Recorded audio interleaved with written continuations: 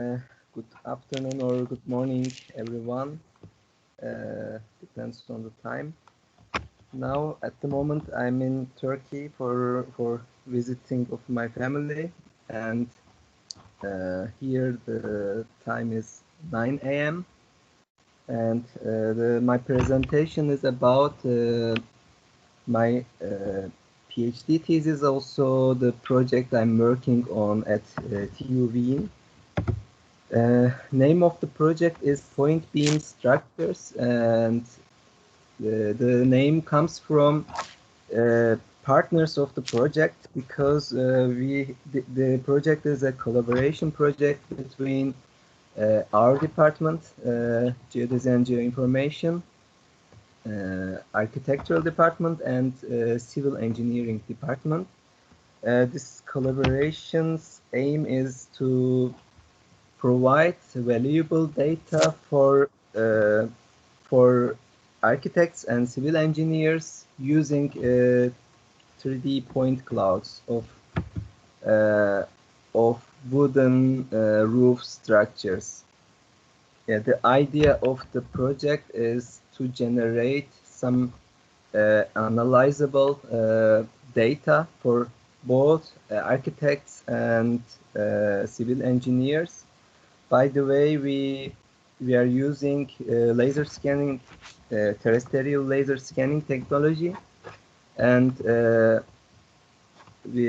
after some point cloud processing steps, we are trying to provide them structural and architectural three-dimensional models. First of all, I would like to explain a bit about the main workflow of the project.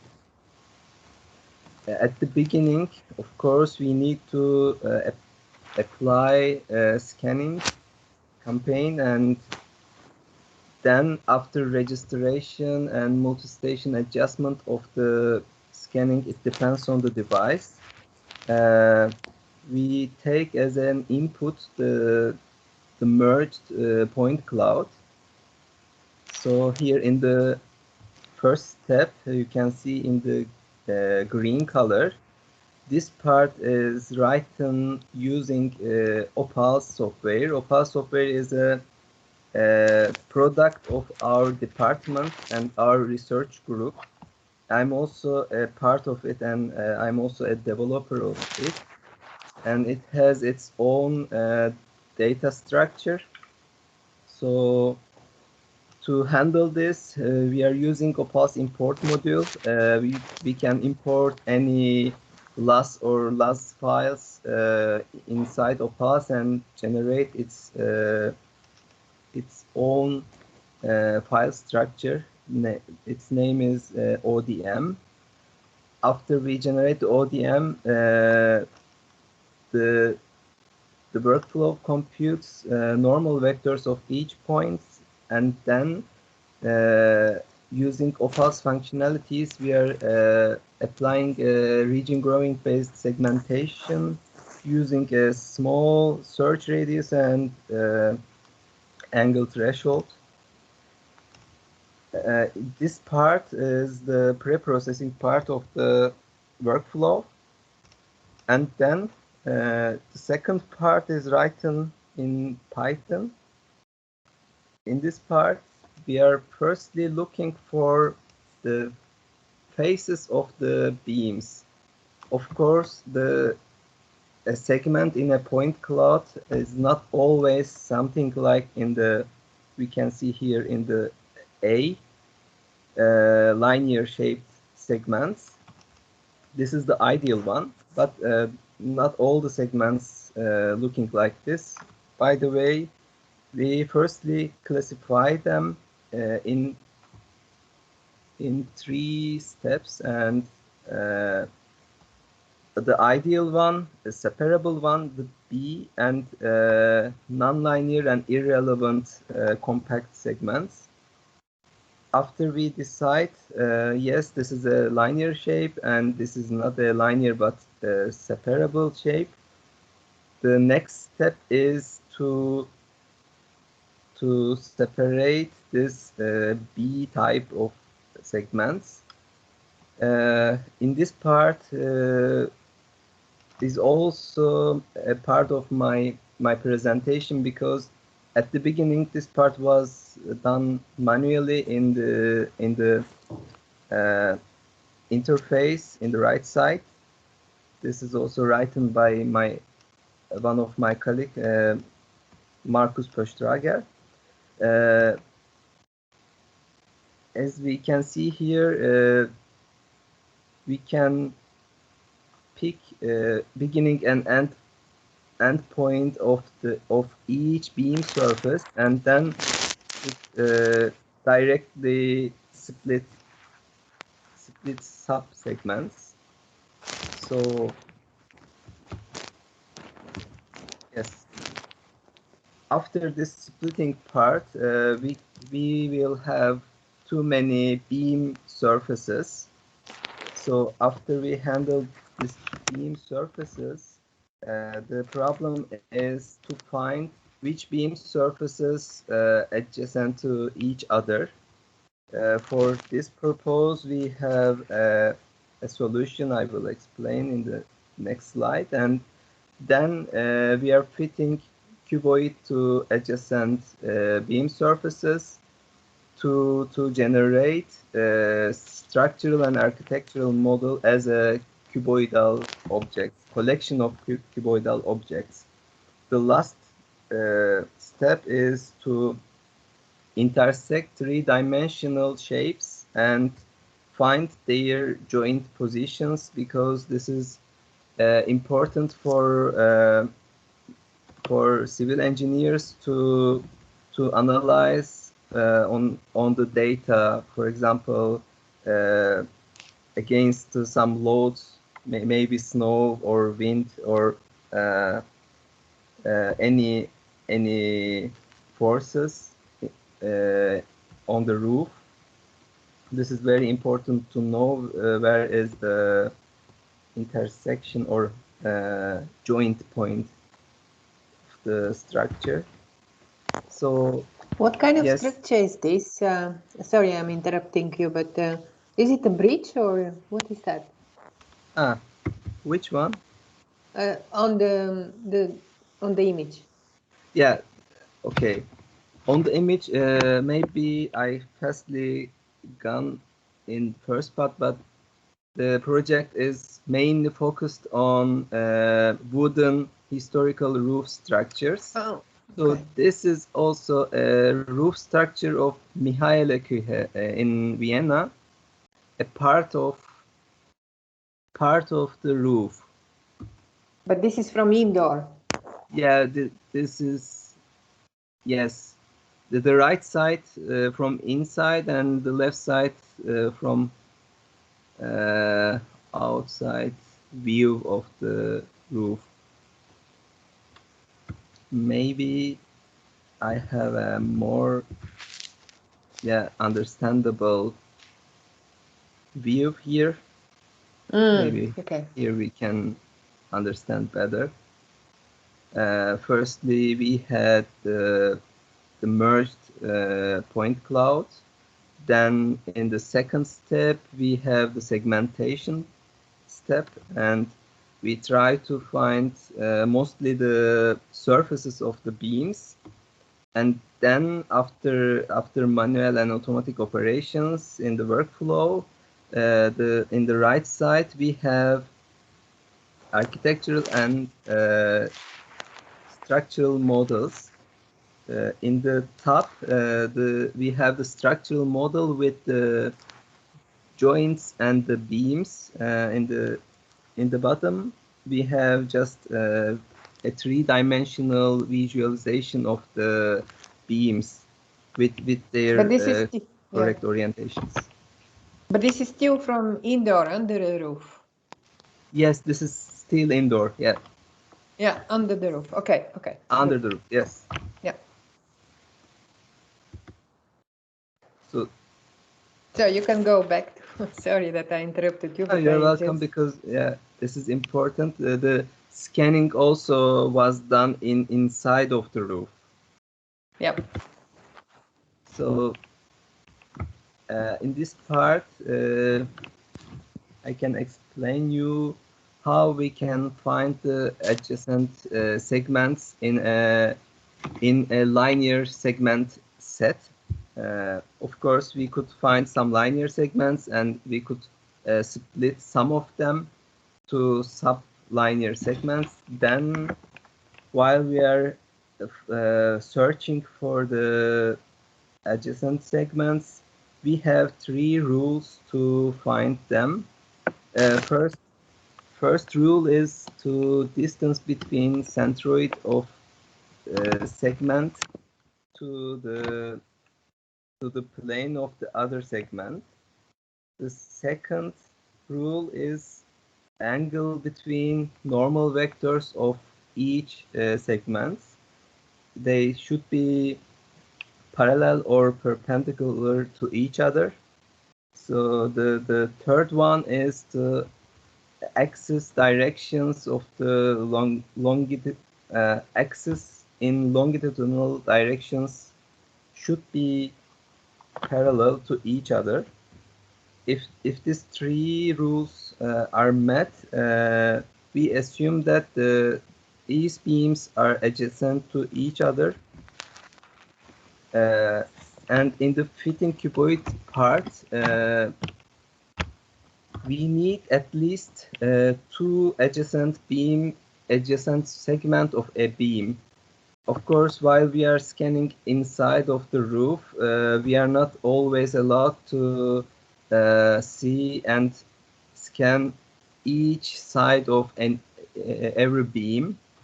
Ideally, we need to have 4 sides of a beam, because we assume always the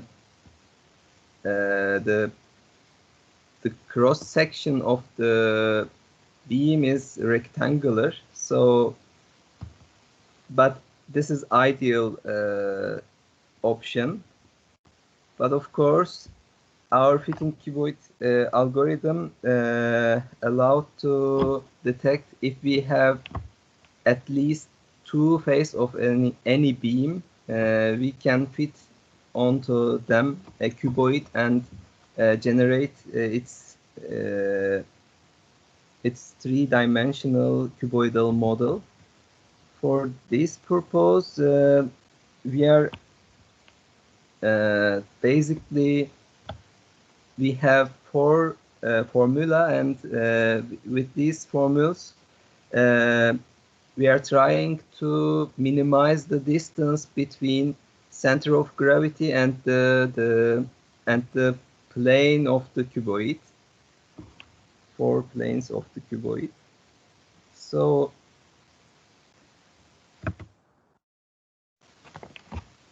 by May I ask again something about the procedure? If you go back, I'm wondering, you say you have the distance between all the planes. Do you compute all the distances between all segments? Or how do you group the segments so you can decide that these 2 segments belong to one beam? Okay. This part is in the left side, finding the adjacent beams. We are here trying to find the segments which shapes a single beam. So in this side, we could find at maximum 4 segments, and minimum we expect to have 2 segments. Yeah, that's clear, but how can you group them to form the beam? Because you can have 2 beams that are very close, and you wrongly can combine segments from 2 different beams instead from one beam. So the distance is not going to be sufficient. This is what I want to say. So what are the parameters you have? Okay.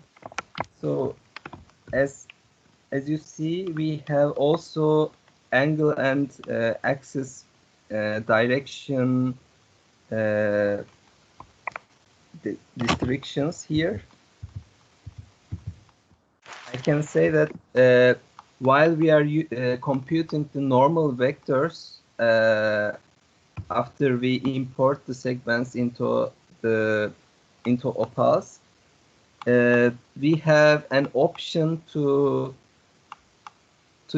generate the directions of normal vectors always looks to from object to the scanner. So by the way, we can imagine that the direction of normal vectors always looking outside. So if, for example, if two beams very close to each other, or they'll have opposite segments normal close vectors to each other, they shouldn't look each other. They should look something like here to opposite directions. Yeah. Okay. So by the way, we can, even if they are very close, we can separate them. They are part of each other or not. Okay. Okay. So it's on the basis of the direction of the normal vector. Okay. Yeah. So yeah. So by the way, for the project, we had a scanning campaign in Mihaila Kirche, in Mihaila Church in first district of Vienna. We could have more than 300 or 400 scan positions because it has 2 floors and very large building. I can say that 60 meters to 32 meters. So, and all the study so far worked on this data at the moment. Before then, we used another data, but this data has potential to show our workflow how is working, because this is a really big data set for this project. So as a summary, here we can see in the left side input point cloud and segmentation, how they are looking like, and the structural and architectural models. There are the right side are our target output. So I can provide you here the parameters of segmentation. We have number of neighbors, minimum segment size, search radius, and normal vector threshold parameters. And then I would like to explain a bit more about the data preparation workflow and some refinements, because when you complete the scanning, you have, for example, some irrelevant objects, for example, ground of the roof or roof cover, etc. So we had some analysis here to get rid of roof cover. Here you can see the workflow of the roof cover filtering and reducing the number of the points from raw data to the processable and valuable point cloud segmentation result, because irrelevant objects always has negative effect on segmentation and also the manual effort we have to spend. So by the way, I can tell you here visually, first step is to apply downsampling and then to apply a hidden point removal algorithm from many directions, from top, left, right, and bottom, etc. And then we have a reference frame for filtering out the ground material and also the roof cover material. Then the workflow computes a mesh and to cut the point cloud. Then we densify it to the same resolution of the input point cloud. For example, here our input point cloud was 1 centimeter, has 1 centimeter resolution. So after we generate the mesh reference frame, we upsample it to 1 centimeter. Then the software computes the signed distance between the upsampled point cloud to the input raw data. So after then applying a threshold, we are eliminating the here we can see the roof cover. And then, of course, in the top, you can see we still have some noisy points because of the threshold value, because we don't need to lose any data from beams, but we need to lose some irrelevant data from roof cover and the ground. Then when we apply the segmentation has its own advantage here, because it applies for a small search radius, and if there are some noisy points, it directly eliminates them to handle more and more clear and valuable point cloud. In the right side, maybe I can say that, as I said, we compute a mesh frame, and when we compute the mesh, it has some wavy effects on the roof cover. You can see here the wave effect of the mesh, but if we apply some Z direction filters, we can eliminate this effect on the very closed parts of the roof cover. So this was the first refinement on the workflow. The second refinement, as at the beginning, as I said, after we apply the segmentation, we are looking for ideal linear shaped segments. But of course, we have to split some of them manually. So this part a bit about to try to split them automatic way. By this purpose, we generate this workflow.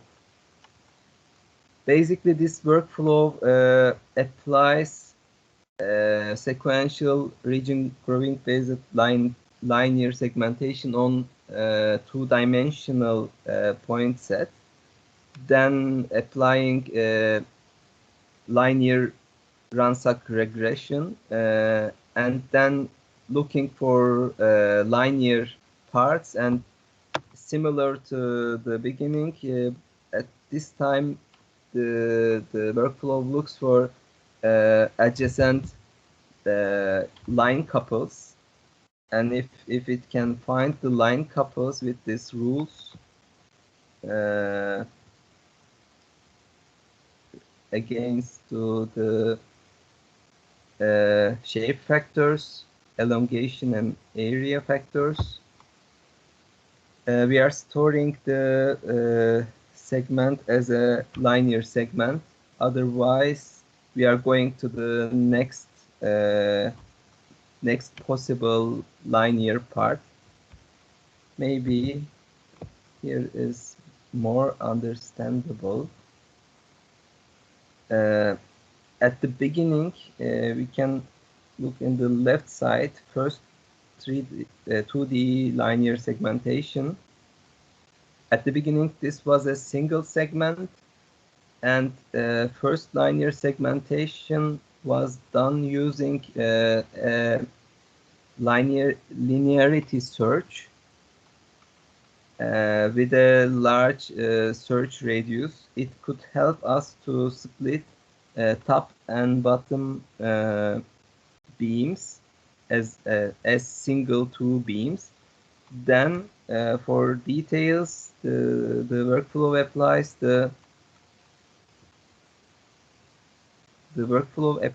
the Ransack linear regression to find linear segment parts.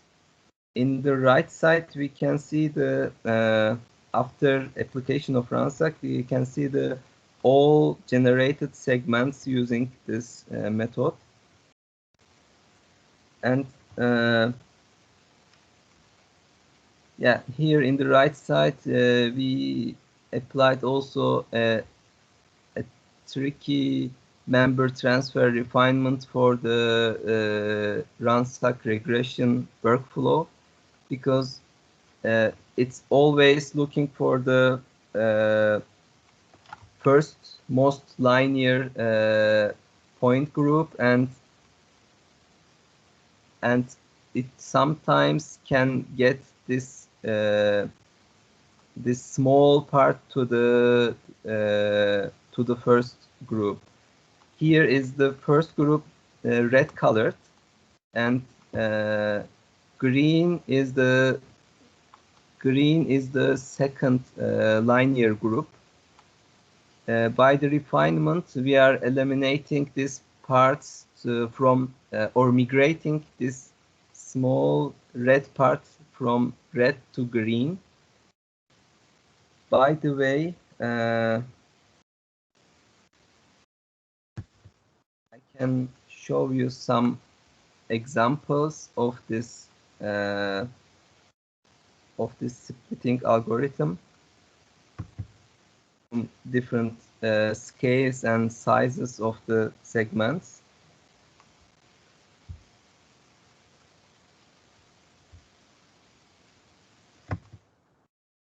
Here also another example.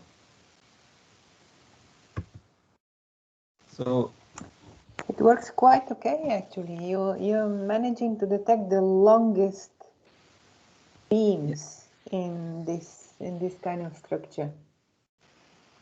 Yes, but it has also some disadvantages. Maybe I can show here. The yellow one and orange one not perfectly splitted, but the simple ones, something like here and here, they could be perfectly splitted to linear parts. In this part, I would like to tell about the effect of this operation, because at the beginning, of course, when we apply the segmentation, we have some directly linear segments. So this means that we can directly try to model them. When we do this, we have too many missing beam surfaces. By the way, the fitting cuboid and adjacent surface search failed a lot, and we could just generate 749 beams in this part from the same segmentation data. We had 3,325 segments.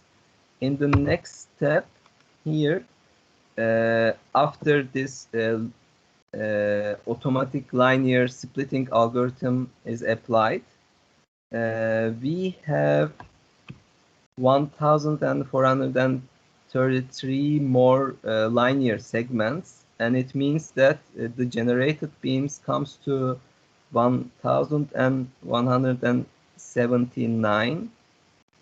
And as I said in the beginning, of course, we still had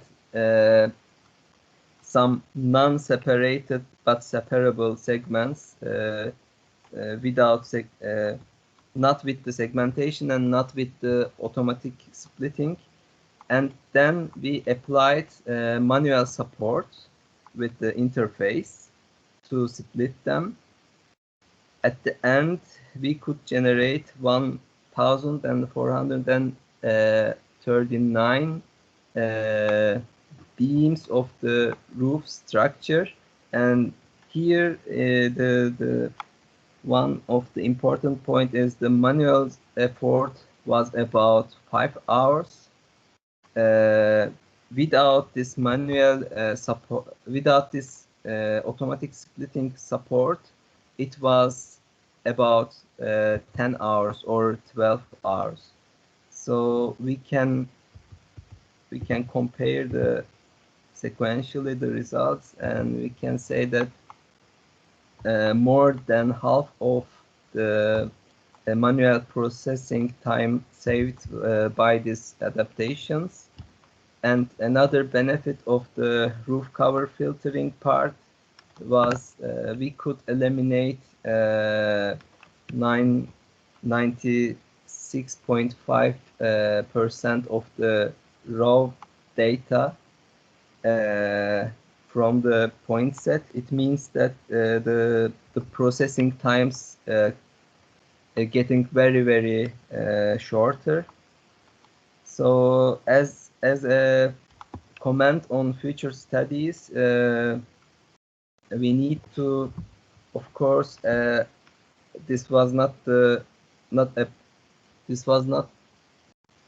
part of this presentation, but after the joint detection, we also need to recognize them, because there are some maybe 10 or 12 different types of joints in the wooden beams.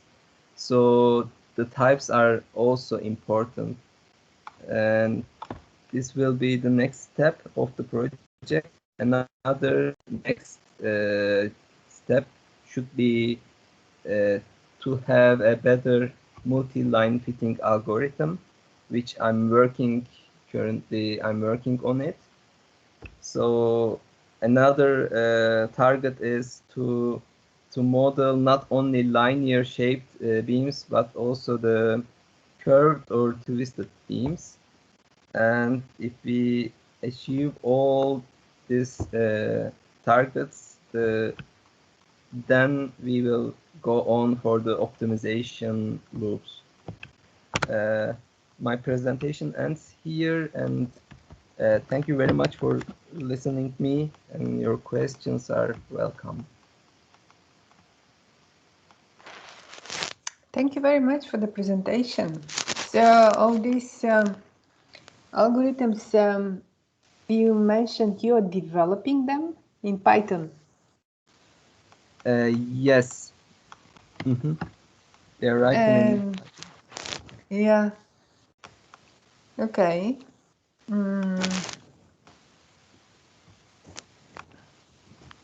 Yeah, I was just wondering about the time, because you mentioned the time, and I was wondering if you use another programming language or it's not going to be even quicker. Yeah. Yeah, this is also actually the Opal site is written with C++. C++, yeah. Mm-hmm. It must be, otherwise it's not going to work. Yeah. Okay. So what is the idea or the expectation of this project, that you'll be able to reconstruct all the beams, or more generally the roof? Okay. Are you planning also to identify each individual beam, or just having the even connections between the different beams is not going to be a problem. You want to have just the visual appearance of the roof. Actually, as I said, this is a collaboration project, and we are 3 groups in this project. Architects are expecting to have a visual condition of the roof structure, but the civil engineers directly interested on the current position of each beam and current joints or connections of each beam, and maybe we can say that current static situation of the roof structure is their main focus. Because it's very difficult to distinguish and to decide from the scanning how the 2 beams are connected to each other and which one is leading and which one is, you know, just connected to the original one. You have to assume the longer one is, for example, the leading one and the smaller ones are connecting to the bigger ones or something like that. Do you have some assumptions when you are doing the... At the moment, we are just looking for 3-dimensional intersections of cuboidal objects, and we have some threshold values. It depends on data, the sizes of the beams, it depends on. So we assume that if they are intersecting with a threshold, we assume that they are connected to each other. Okay. Okay, and I saw on the pictures that some of the beams somehow are not well visible from the scanning, so they're kind of reconstructed shorter. So are you planning after that to have some additional rules that can make all the beams the same length, or to have some kind of specific lengths, and to say, okay, these inclined ones, they're so many meters, therefore I'm correcting all of them which are under this degree and make them longer or shorter. So how it's going to work? Because only from the laser scanning you cannot get them equal, that's for sure, right? This is very hard to get it from laser scanning because the structures sometimes can be too dense, and this is not possible to have a data without shade-offs. So at the next stage of the project, we need to apply this kind of adjustments. For example, getting some reference frames and applying for each section to each solution, fitting an ideal solution for each section.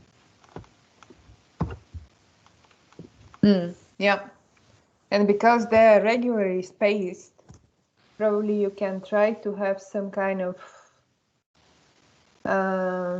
working with regular objects. There's some research in reconstruction windows, for example, on facades.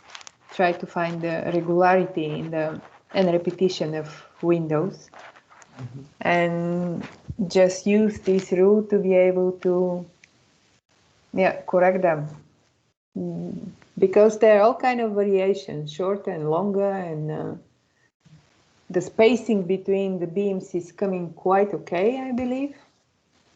But also there is some, no, from this side is also something wrong with the spacing.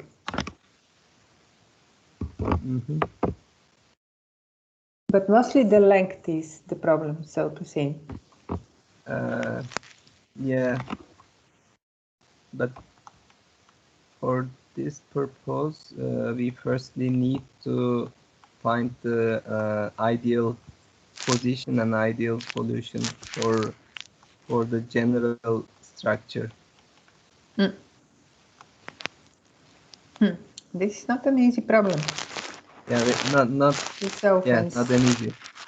No, and still the results are quite good. You get some kind of cuboids, and you get the beams approximately. Yeah, almost you can retire on this problem. It can last like 40 years. Yeah, thank you very much. Yeah, it's very interesting. Yeah. Probably you can apply some symmetrical stuff because you see the gap is very similar to between two adjacent or like even a lot of adjacent beams. And it is good, I think, what you mentioned, that you will try to classify and create types of those beams and probably identify what would be the best fit or like the best type for specific unclassified points or semi-classified points.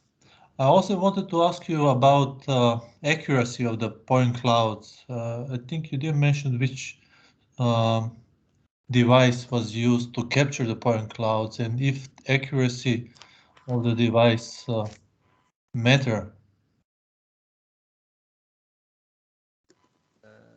We use this Regal EZ2000i scanner.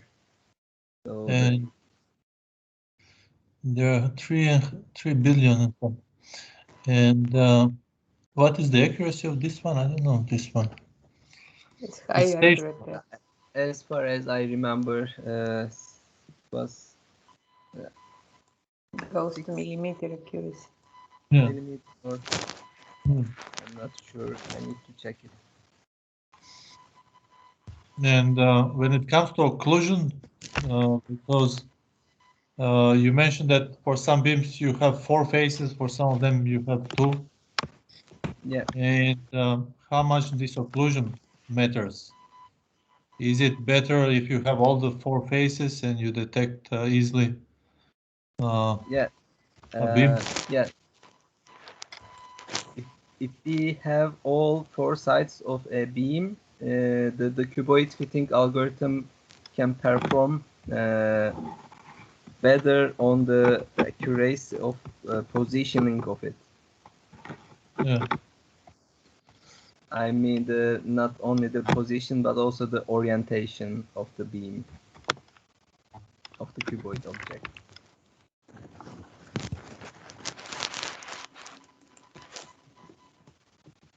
And you mentioned in the last slide that you have a lot of outliers, like points that are not classified, like 96%. Is it correct? Yeah, but I can maybe fix this. I mean, we had at the very beginning here, I can tell you, we had more than 600 million points. That if we perform everything on this data, it would be very hard to process it. After this subsampling and filtering processes, we could have 22 million points as valuable data set. So the value comes from the division of these two values. And how did you do the downsampling? Like you mentioned something 1 centimeter or what? Yeah, the downsampling is written inside opals.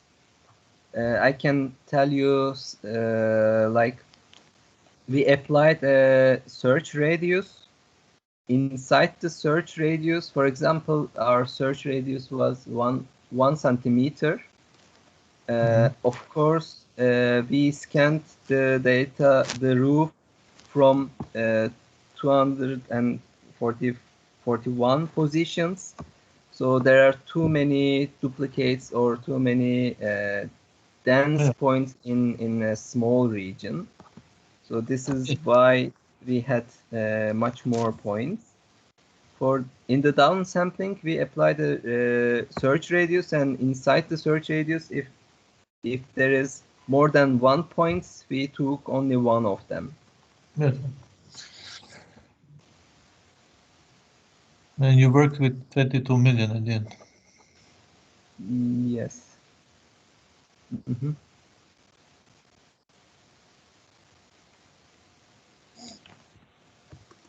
And do you know how many beams are you're missing? Yeah, not yet, because this data is very new and we are still working on it. Actually, the architects are working on that side. We need to compare with the architectural model. It's an easier way. Is there one? Is there an architectural model at all? And not yet.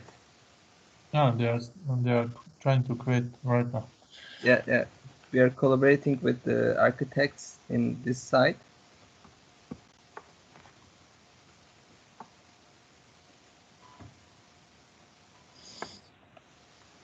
Is the structure symmetrical? Not always, because they are two old structures. It is from I think 13th century. So there are too many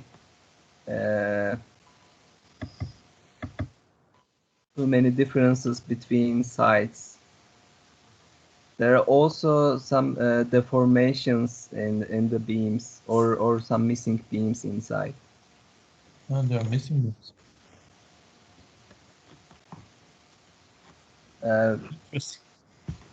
Here we are always looking from top, but maybe can also have to understand the structure from inside. Here it's looking like this.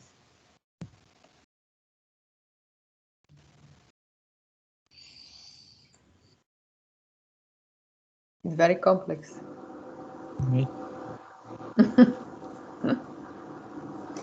And you are saying that you scan it from several points. How many stations did you have for the scanning?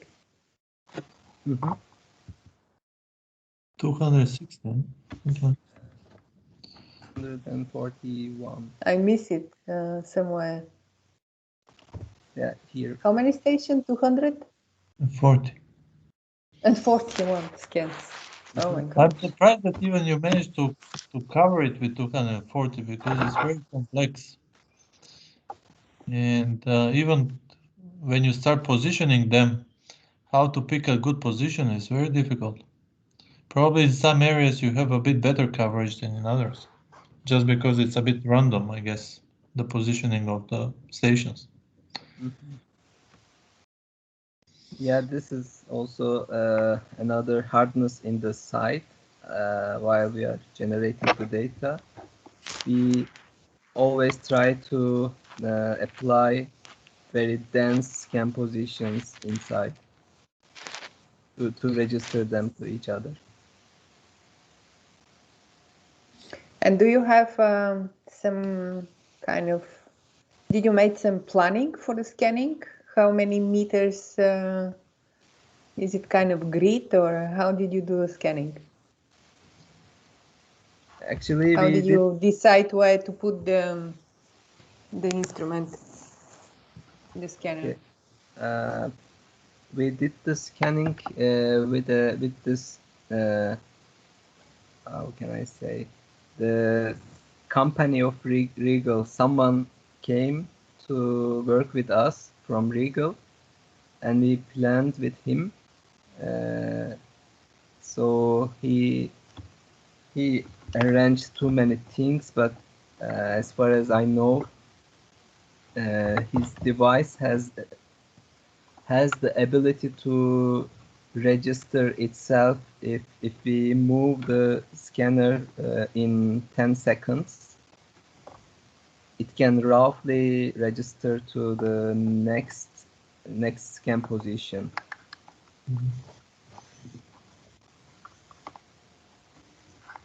But probably he didn't use targets then. No, he didn't use targets. Yes. For this one. Yeah. So indeed, you'll have a lot of work before you do all this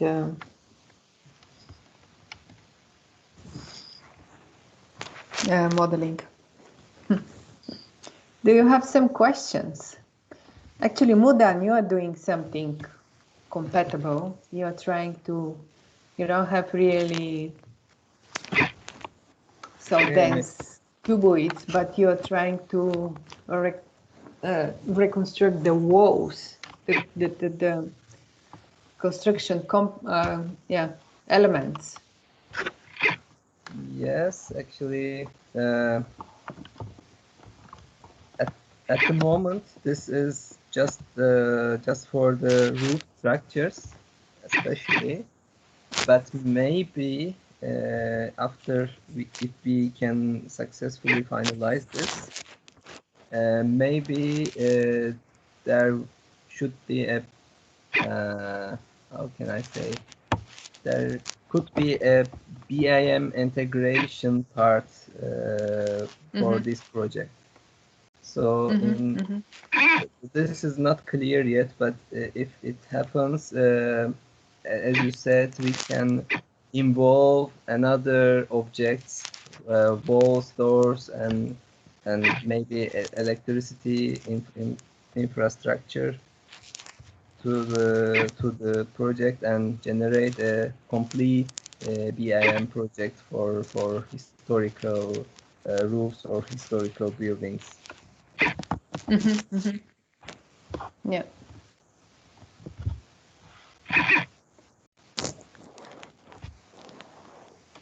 Yeah.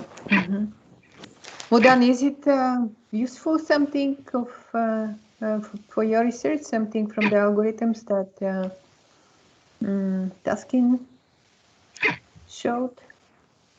Or you cannot judge immediately? Firstly, the segmentation parameter setting.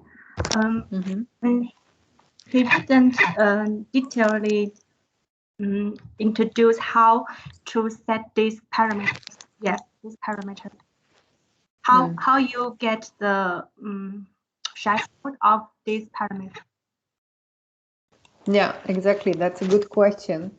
Actually, Mudan is also doing segmentation, but she has a lot of issues with the parameters of the region growing and basically everything. She's more or less for every site, she has to adapt the thresholds to be able to get good results. So how do you work with the thresholds? Okay. I can quickly explain. For the segmentation, yeah. My parameters. Here we have some knowledge about the roof structure. For example, there are too many beams inside, but we know more or less minimum beam size is, for example, 15 centimeter. Maximum beam size is, for example, 50 centimeter or 40 centimeter.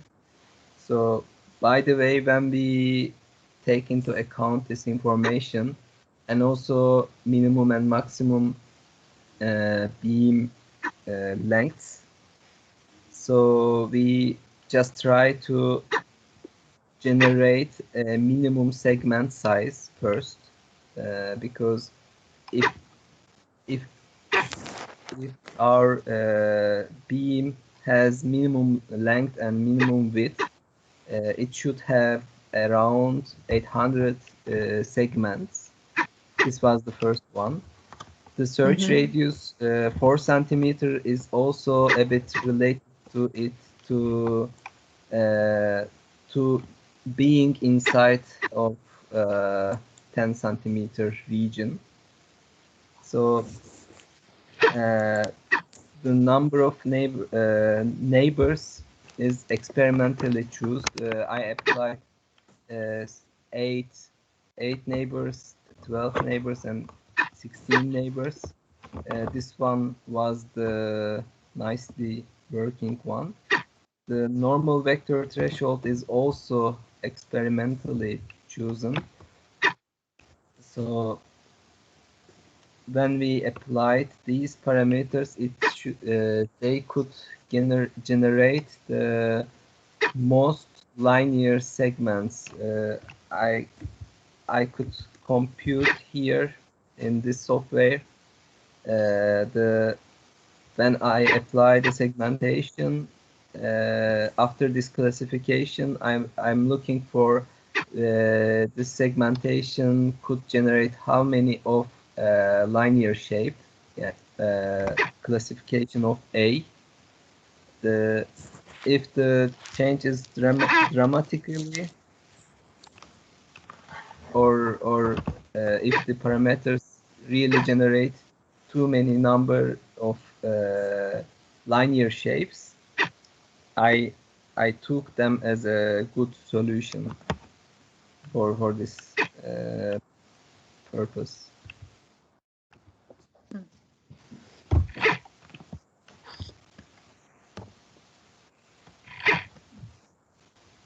I did the segment parameter. Yeah, can you use this? Can you have also minimum and maximum size for the elements, construction elements, or they're all kind of arbitrary sizes? Yes, we have, but we have these parameters not in the segmentation, but in this point beam structure software side.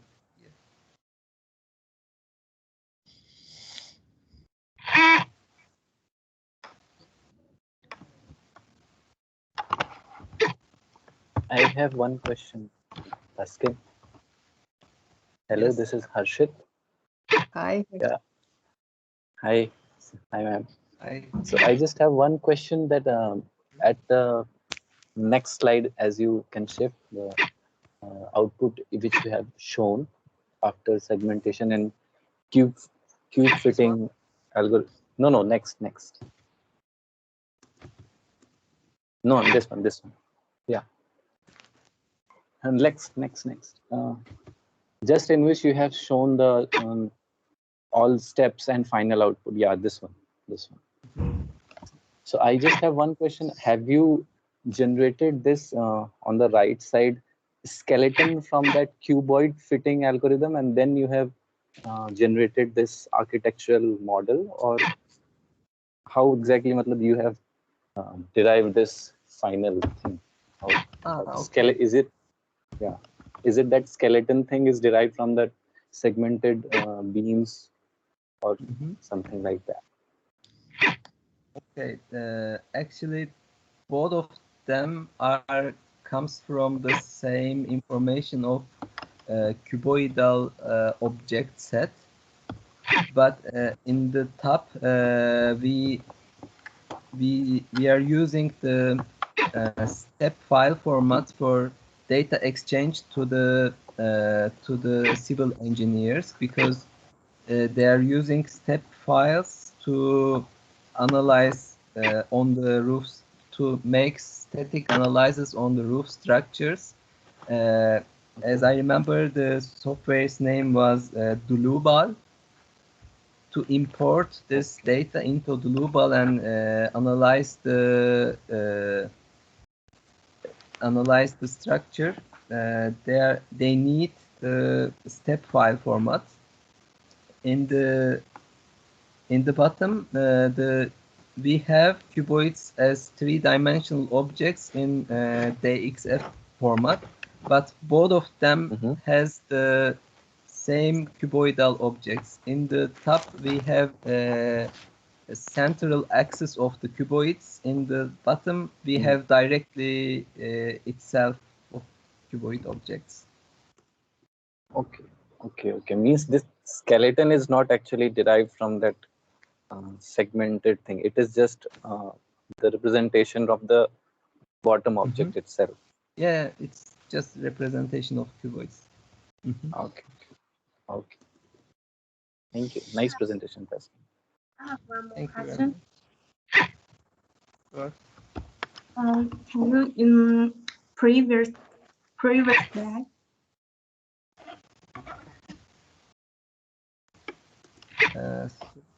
Sorry, I couldn't hear the voice. The slide that you determine the segments into the same beam.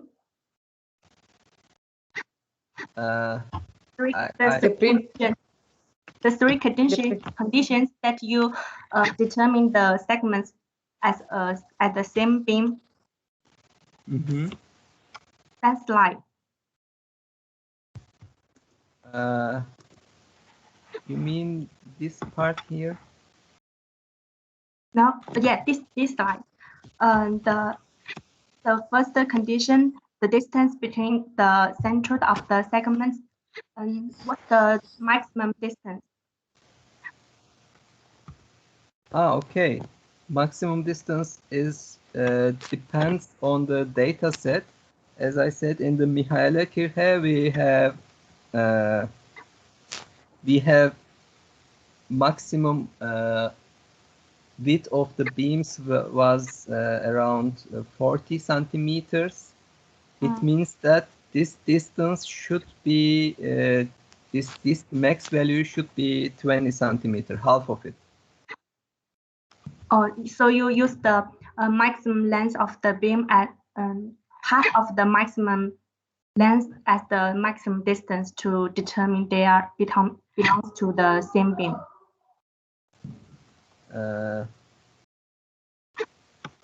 Actually, half of the. Yeah. Yes. Okay, thank you.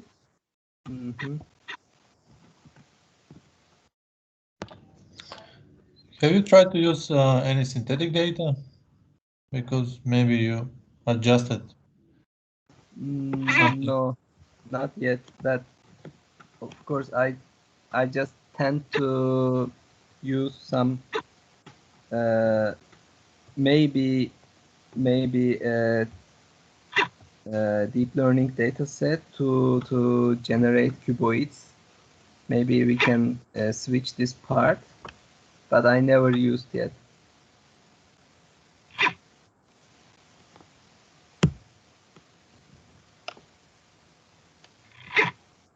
Are there some other papers in this area, like trying to identify beams, like from wooden structure or something like this?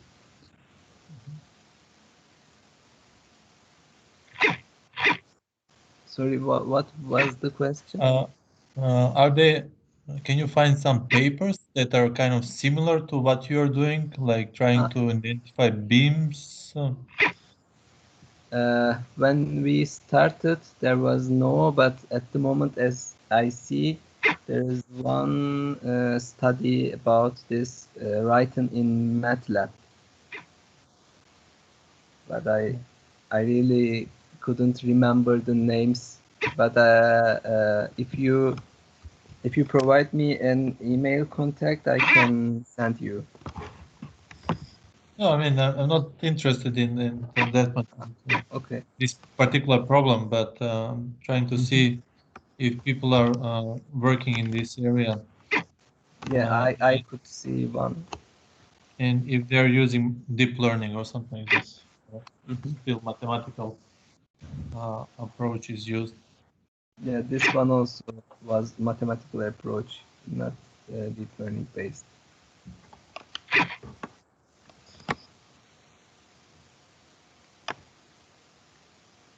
Some more questions? Yes, hi, Ceci. Joseph, of course. Yes, well, actually, I have a lot of questions because I like to work with wood. So a lot of questions are there. For example, you are idealizing that the beams are kind of straight. I mean, the longer they are, they tend to twist the more. Of course, that depends on the wood, but we're not talking about wood. Yeah. But the question is, did you manage to find, for example, a single beam which is a little bit twisted or to some extent, and how Yes. that behaves on your segmentation procedure workflow? So did you manage to find something like that, like a bad beam and something that you processed? Okay, I have this experience, and also this is another target of our project, but this was not topic of this presentation. Because of this, I have not some good images of this, but I can verbally explain. Our segmentation parameters has a normal vector threshold as 6 degree, and this is quite large to handle twisted or curved beams. So when we handle some twisted or curved beams, the idea is to split it to some sub how can I say, sub cuboidal objects. So then analyze each cube's direction, normal vector direction, and the distribution of the normal vector axis. If, for example, if they're always increasing in the x-axis, we can say, yes, this is a twisted beam. Or if they are always increasing in the other axis, we can say, yes, this is a curved beam.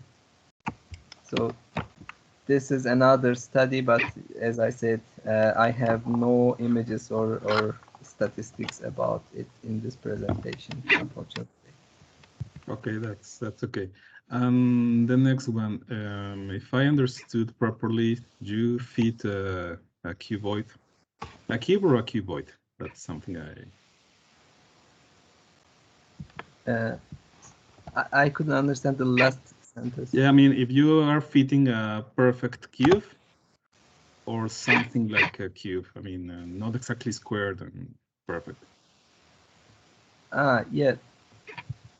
This is, we can say that each beam here are cuboid objects.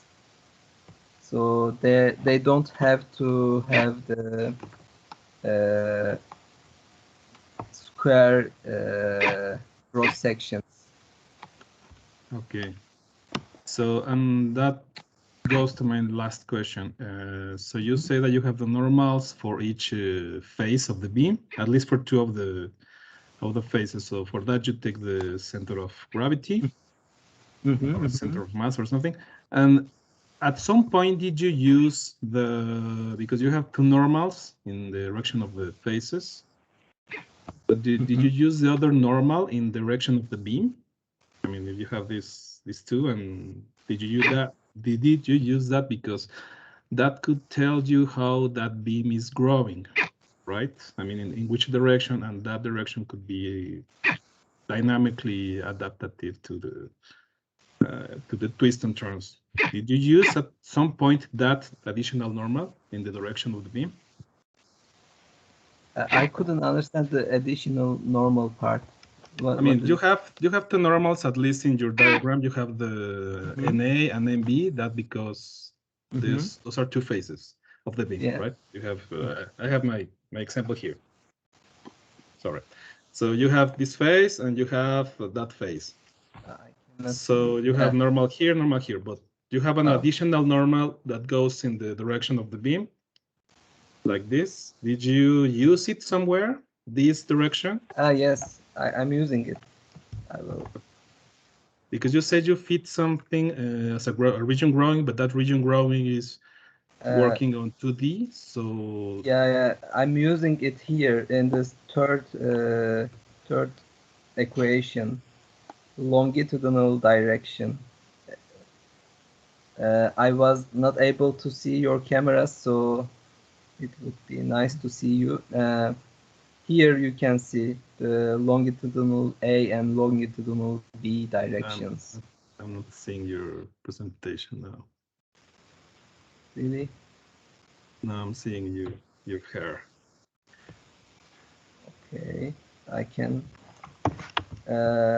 In my It's not presentation. sharing. Probably you the- have to share again. Okay, I will share again. So here in the third equation uses this longitudinal direction. Okay, but okay, that's to find if both segments are adjacent, right? Just for that step. Yeah. Mm-hmm. But not for a region or volume growing algorithm. Not yet. Yes, you are correct. Not in the region growing or segmentation part. Just Okay. finding couples or. Okay, yeah, because I was thinking maybe if considering that normal, because it's already there, maybe you can try to find how, as long as you can grow in that direction with certain threshold, if you can try to see how far can you go with that beam. So, but that's just an open question. Okay, that's all. That's all. Okay, interesting. Yeah. Yeah, you had a lot of questions. Taskin.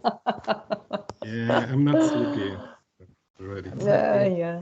I'm taking my notes for the future of the project.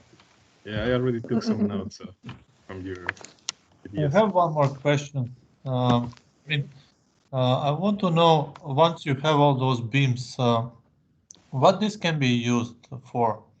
What is the just to have a replica, like a digital twin of the real, or is there really something that you can kind of measure and say, okay, something?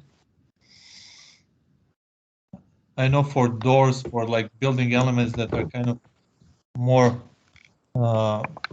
common, and we can have really easily, we can find a purpose for them, but for, let's say, beams, such kind of structure, what is the main value of knowing all those beams? You mean what do you mean the main value? I mean, the goal of the project. The goal, I mean, okay. Is What's it the just final product? Yeah, okay. Is it just to say, okay, there are like 10,000 beams there, or what does it matter how many are there, or like if you have a 3D model or not? Okay. The important part is, maybe I can go to the last part.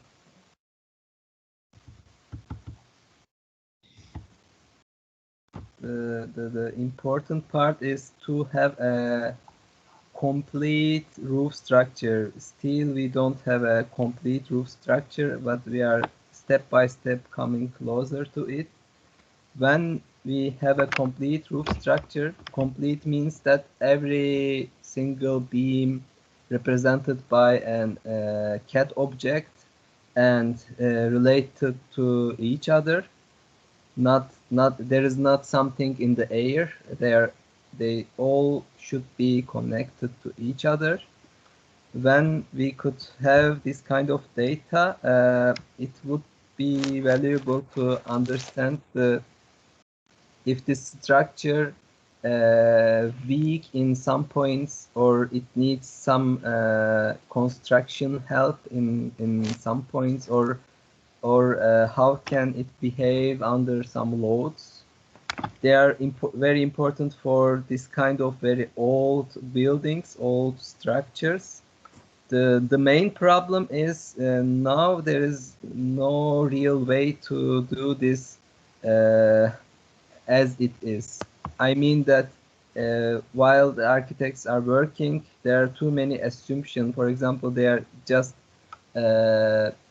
drawing one section and applying it to every sections, but in this way we don't know really how it works or how it's fine or bad. So another problem is if they try to draw everything accurately, it will take months and months, and in this time slot there should be or there could be some more changes, and we cannot always get the current position. The idea is to scan there, and in weeks maybe some manual and automatic works to handle the current situation and analyze it as possible as soon. Yeah, thank you. You're welcome.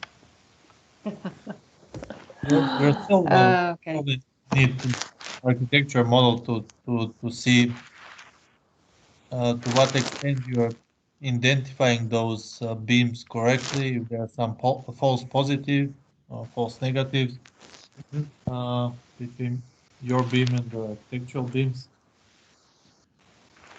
Yeah, we need this kind of comparison at the very end. Yes, but do you see from like if you match with the point clouds that they're matching to some areas and they are not matching in some other areas? Beams. For this data, we don't have this analyzed, but from the just previous. visual. Okay. Do you see like some mismatch between the beams and the point clouds? Sometimes we have false positives, but they are very, very less. Maybe I can show you in the here. Can you see the cursor? Yes. Yeah. Yeah. Here we have a dark green area, or maybe here we have. It looks like a very large beam here. If the number of points are not enough, or the how can I say, the differences of the normal vectors between surfaces are not very large. I mean that sometimes the wooden beams can be curved from people or from its nature, and this curvy effects of course can affect on the segmentation, and we are always thinking on or building everything onto the segmentation. So if the segmentation has this kind of disadvantages, of course the modeling can fail in that places, and it can generate some irrelevant or thinner or bigger cuboidal objects. So here we have one example, and here we have one example, but their numbers are not really that much for this data especially. Okay, thank you.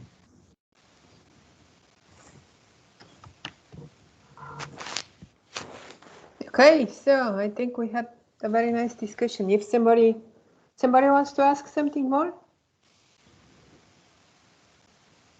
No, apparently no. The silence is always no. So we can close this session, and I'm wondering what can we do next time? Han, do you want to say something about what you are planning to do?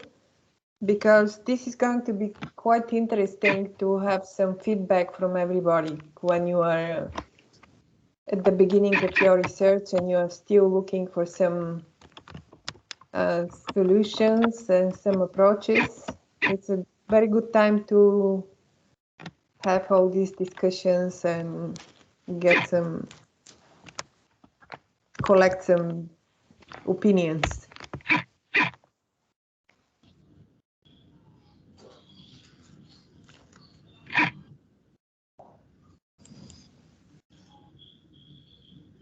Is Han here? No, probably he's not here. I'm talking to nobody.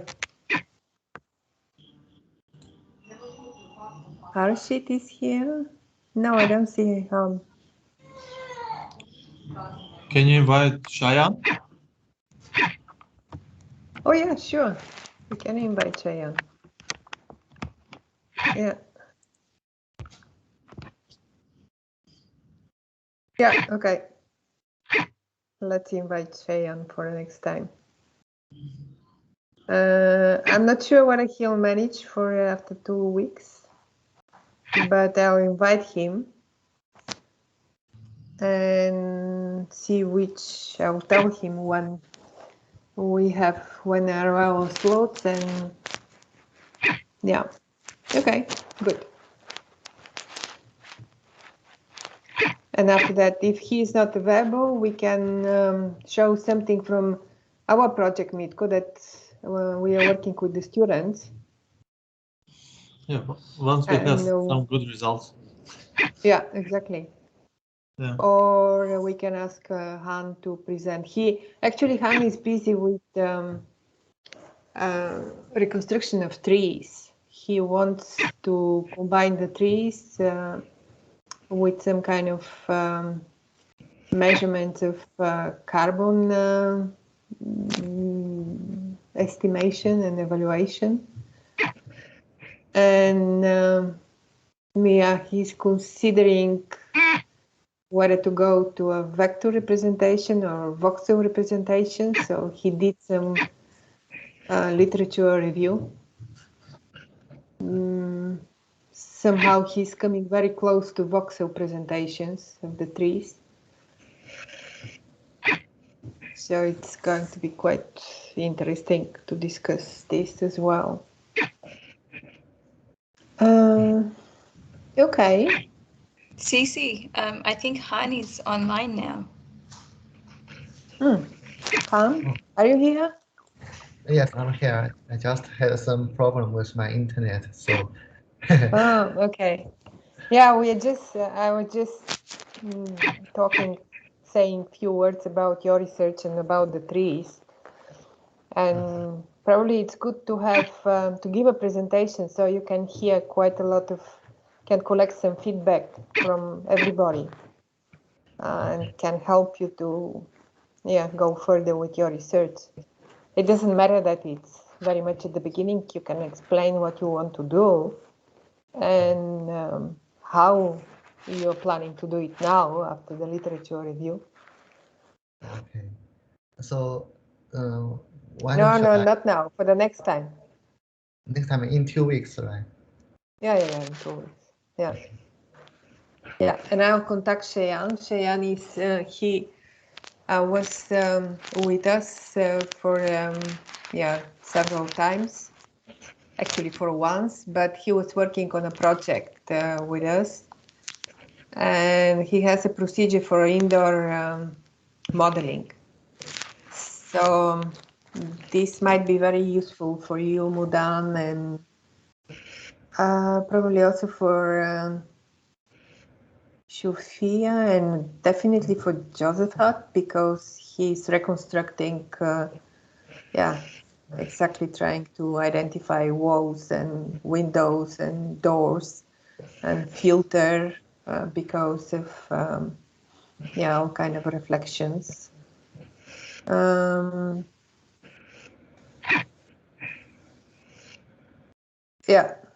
And we'll see when it might be available. Yeah. Okay. Very nice. So we can close this session, and we will see each other again after 2 weeks. And I will announce, we'll mention what exactly is going to be the topic. in advance. Okay. And thank you very much, Taskin, for being with us. You are welcome. You can come every time when we have a meeting and listen what the people are doing. It's quite interesting. I'm all kind of different approaches, and I enjoy very much these presentations. I hope everybody does. Thank you very much. Yeah. Okay. Yeah. Well, Thank you, everybody. Thank you, Taskim, and see you after 2 weeks again. Everybody. Bye-bye. see you. Bye. Adios. Bye. Yep.